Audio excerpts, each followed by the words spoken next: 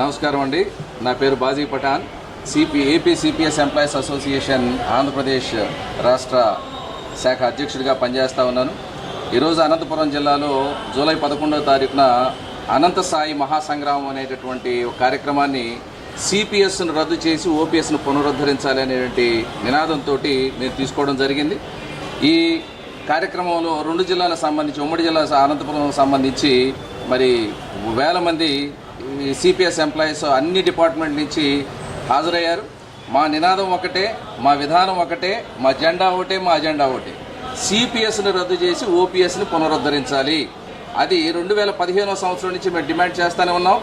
అనేక సందర్భాలలో ఎన్నికల సందర్భంగా అక్కడ ఉన్నటువంటి ప్రతిపక్షాలు కావచ్చు, లేకుంటే పాలకపక్షాలు కావచ్చు, తమ మేనిఫెస్టోలో సిపిఎస్ను రద్దు చేస్తామని కొందరు, సిపిఎస్ని పరిశీలించి దానికి తగినటువంటి న్యాయం చేస్తామని కొందరు, మమ్మల్ని ఎన్నికల్లో ఓటు వేసేటటువంటి యంత్రాలుగా మాత్రమే చూస్తున్నారు తప్ప 3,50,000 మంది ఉన్నటువంటి రాష్ట్రంలో సిపిఎస్ ఎంప్లాయీస్ మరి ఆశగా ఎదురు చూస్తున్నటువంటిది.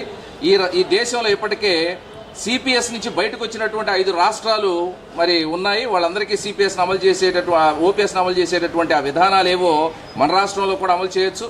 ఎందుకు అమలు చేయడం లేదు, ఎందుకు వాటి మీద నోరు విప్పడం లేదు అనేటటువంటిది మాకు తీవ్ర ఆక్షేపణగా ఉంది. ఎందుకంటే ఈ కూటమి ప్రభుత్వం కూడా ఎలక్షన్ల సమయంలో మమ్మల్ని మరి అక్కడ జరిగినటువంటి సభలు, అనేకమైనటువంటి రాష్ట్ర వ్యాప్త సభల్లో సంవత్సరం సమయం మాకు ఇవ్వండి, కూటమి ప్రభుత్వం అధికారంలోకి వచ్చిన తర్వాత కేంద్ర ప్రభుత్వంతో మాట్లాడి ఈ సిపిఎస్ విధానాన్ని పునఃసమీక్షించి మీకు అందరికీ ఆమోదయోగ్యమైనటువంటి పరిష్కారం మేము చూపిస్తాం, ఖచ్చితంగా చేస్తామని మన గౌరవ ఉప ముఖ్యమంత్రి గారు పవన్ కళ్యాణ్ గారు చెప్పున్నారు.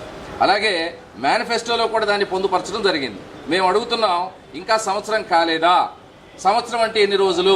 ఒక ఆయన సంవత్సరం అంటే, వారం అంటే, నెల అంటే సంవత్సరాలు గడిపేశారు. మీరేమో సంవత్సరానికి 2 సంవత్సరాలు అనేటటువంటి ఈక్వేషన్ చెప్తా ఉన్నారు. ఇక్కడ ఉన్నటువంటి వాళ్ళంతా కూడా ఉపాధ్యాయులు, ఉద్యోగులు, అత్యున్నతమైనటువంటి విద్య కలిగినటువంటి వాళ్ళు. మీరు చేసేటటువంటి ప్రమాణం ఏదైనా కానీ ఆ ఎన్నికల ప్రమాణాలు ఊరికినే గాలివాటు మాటలుగా ఉండకూడదనేటటువంటిది మేము తీవ్రంగా ఆక్షేపిస్తా ఉన్నాం. సంవత్సరం సమయం అడిగారు, 2 సంవత్సరాలు అయిపోయింది.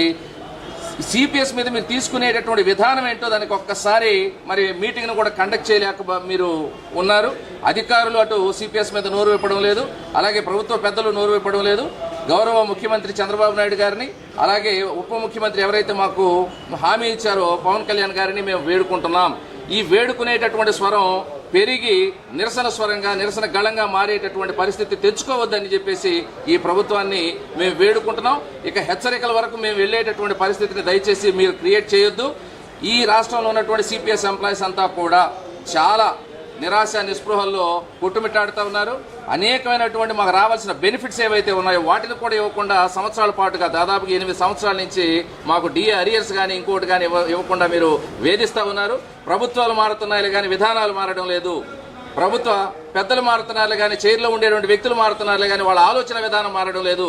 ఉద్యోగులు అనేటటువంటి వాళ్ళని బానిసలుగా చూసేటటువంటి పద్ధతిని విరమించుకోవాలని ప్రభుత్వానికి మేము హెచ్చరిక చేస్తా ఉన్నాం.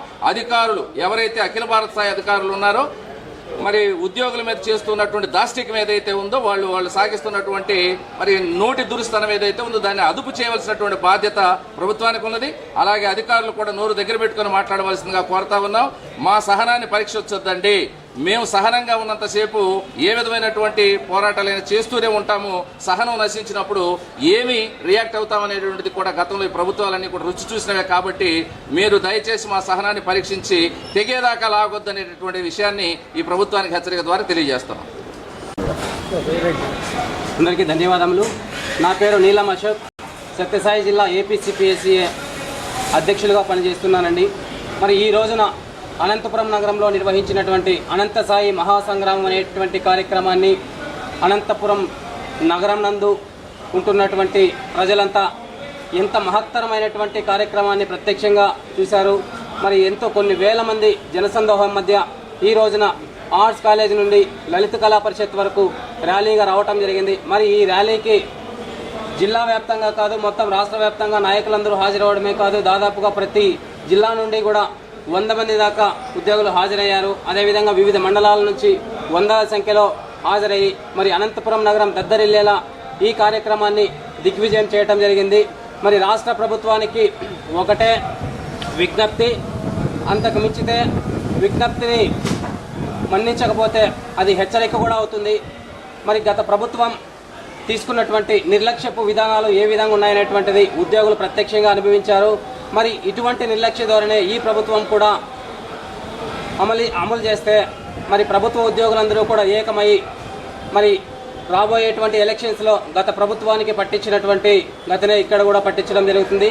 మరి ఉద్యోగులంతా కూడా గత 4 సంవత్సరాల నుంచి స్తబ్దంగా ఉన్నటువంటి స్థాయి నుండి మరి ఈ రోజున కొన్ని వేల మంది ధైర్యంగా రోడ్ల మీదకి వచ్చేసి తమ యొక్క హక్కుల యొక్క సాధన కోసం పోరాడేటువంటిది మన మీడియా ద్వారా ప్రత్యక్షంగా చూస్తున్నారు. మరి ఇలాంటి తరుణంలో ప్రభుత్వాలు ఇప్పటికైనా మేల్కొని మరి ప్రభుత్వం ఏర్పాటైనటువంటి 2 సంవత్సరాల తర్వాత కూడా ఎటువంటి నిర్ణయం తీసుకోకుండా మరి మన పవన్ కళ్యాణ్ గారు ఎలక్షన్ సందర్భంగా సంవత్సరంలో నేను జీపీఎస్ కంటే యూపీఎస్ కంటే ఉన్నతమైనటువంటి ఓపీఎస్ పరిష్కారాన్ని చూపిస్తాను, పూర్తిగా సిపిఎస్ని రద్దు చేయలేకపోయినప్పటికీ కూడా దాదాపుగా ఓపీఎస్ స్థాయిలో మీకు పెన్షన్ సిస్టమ్ అనేటువంటిది మార్చడం జరుగుతుంది.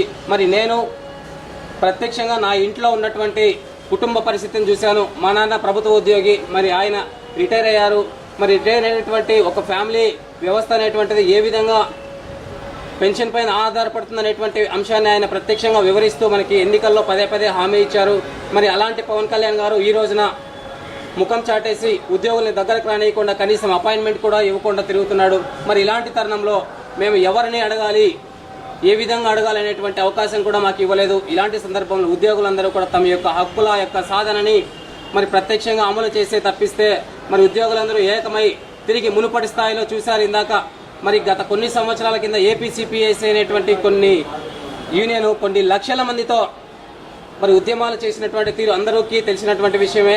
మరి ఇదే ఏపీసీపీఎస్సీ యూనియన్ సిపిఎస్ను రద్దు చేయకపోతే మరి రాబోయేటువంటి 2 సంవత్సరాల్లో తీవ్రంగా ఉద్యమించి మరి ఉద్యోగులందరినీ ఏకం చేసి మరి ఎలక్షన్స్ టైంలో వచ్చేటప్పటికి మరి పూర్తి స్థాయిలో ప్రభుత్వాన్ని మార్చుకోవడం కూడా మా చేతుల్లో ఉంటుందనేటువంటిది మనము గత ఎలక్షన్స్లోనే చూసాము. మరి ఇలాంటి సందర్భంలో ప్రభుత్వానికి మేము చేసేటువంటి విజ్ఞప్తి ఏమంటే మరి మీరు రాబోయేటువంటి సెప్టెంబర్ 1 లోపున ఏదో ఒక నిర్ణయం తీసుకోకపోతే మరి అక్కడి నుంచి మా ఉద్యమాలు తీవ్రతరం చేసి మరి ఎలక్షన్స్ లోపే మేము మా ఉద్యమాలని రెట్టింపు స్థాయిలో చేసి మరి ఉద్యోగులందరూ కూడా ప్రభుత్వానికి వ్యతిరేకంగా మరి ప్రచారం చేయడం కాదు కానీ ప్రభుత్వానికి వ్యతిరేకంగా నిలబడడానికి అంటే హక్కుల యొక్క సాధన కోసం నిలబడడానికి కృషి చేస్తామని చెప్పేసి విన్నవించుకుంటానండి. థ్యాంక్ యూ, ధన్యవాదాలు. రద్దు చేయాలి సిపిఎస్ విధానాన్ని.